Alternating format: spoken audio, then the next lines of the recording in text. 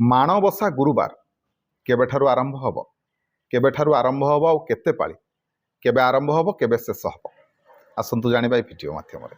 ନମସ୍କାର, ମୁଁ ମନୋଜ ଦାସ, ସ୍ୱାଗତ ଆପଣମାନଙ୍କୁ ଆଜିକାର ଏହି ଭିଡ଼ିଓରେ।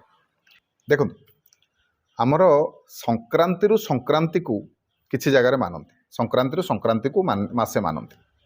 ସେପରି ବହୁତ ଜାଗାରେ ପୂର୍ଣ୍ଣିମାରୁ ପୂର୍ଣ୍ଣିମାକୁ ମାସେ ବୋଲି ଧରନ୍ତି।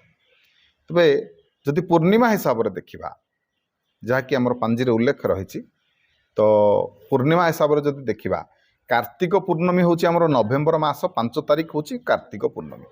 ଆଉ କାର୍ତ୍ତିକ ପୂର୍ଣ୍ଣମୀ ପରଦିନ ହିଁ ଛାଡ଼ଖାଇ, ଆଉ ଏଦିନ ଗୁରୁବାରରେ ପଡ଼ୁଛି, ସେଦିନ ଗୁରୁବାର ପଡ଼ୁଛି। ତେଣୁ ସେଇଦିନ ଠାରୁ ହିଁ ଆମର ଆରମ୍ଭ ହୋଇଯିବ କ'ଣ ନା ମାଣବସା ଗୁରୁବାର। ସେଦିନ ବି ଲେଖିଛି, ଆପଣ କ୍ୟାଲେଣ୍ଡର ଦେଖନ୍ତୁ, ପାଞ୍ଜି ଦେଖନ୍ତୁ, ମାଣବସା ଗୁରୁବାର ଲେଖିଛି। ତେଣୁ ତାହା ହେଉଛି ପ୍ରଥମ ପାଳି। ତେବେ ତାପରେ 13 ତାରିଖ, ସେ ନଭେମ୍ବର ମାସ 13 ତାରିଖ ଗୁରୁବାର, ଏହା ହେଉଛି ଦ୍ୱିତୀୟ ପାଳି। ସେହିପରି ନଭେମ୍ବର ମାସ 20 ତାରିଖ ଗୁରୁବାର, ତାହା ହେଉଛି ତୃତୀୟ ପାଳି। ତାପରେ ନଭେମ୍ବର ମାସ 27 ତାରିଖ ଗୁରୁବାର, ତାହା ହେଉଛି ଚତୁର୍ଥ ପାଳି। ଏବଂ ଡିସେମ୍ବର ମାସ 4 ତାରିଖ ଗୁରୁବାର, ଏଦିନ ହେଉଛି ପଞ୍ଚମ ପାଳି। ମୋଟ 5ଟି ପାଳି ଏଥର ମାଣବସା ଗୁରୁବାରରେ 5 ପାଳି ପଡ଼ୁଛି।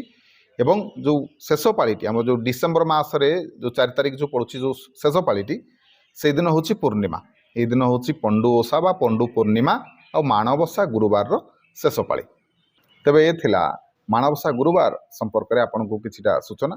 ଭିଡ଼ିଓ ଭଲ ଲାଗିଲେ ଭିଡ଼ିଓକୁ ଲାଇକ୍ କରିବେ, ସେୟାର କରିବେ, ଚ୍ୟାନେଲକୁ ସବସ୍କ୍ରାଇବ୍ କରିବାକୁ କୁହନ୍ତୁ। ରହିଲି, ଜୟ ଜଗନ୍ନାଥ, ଜୟ ଶିବ ଶମ୍ଭୁ।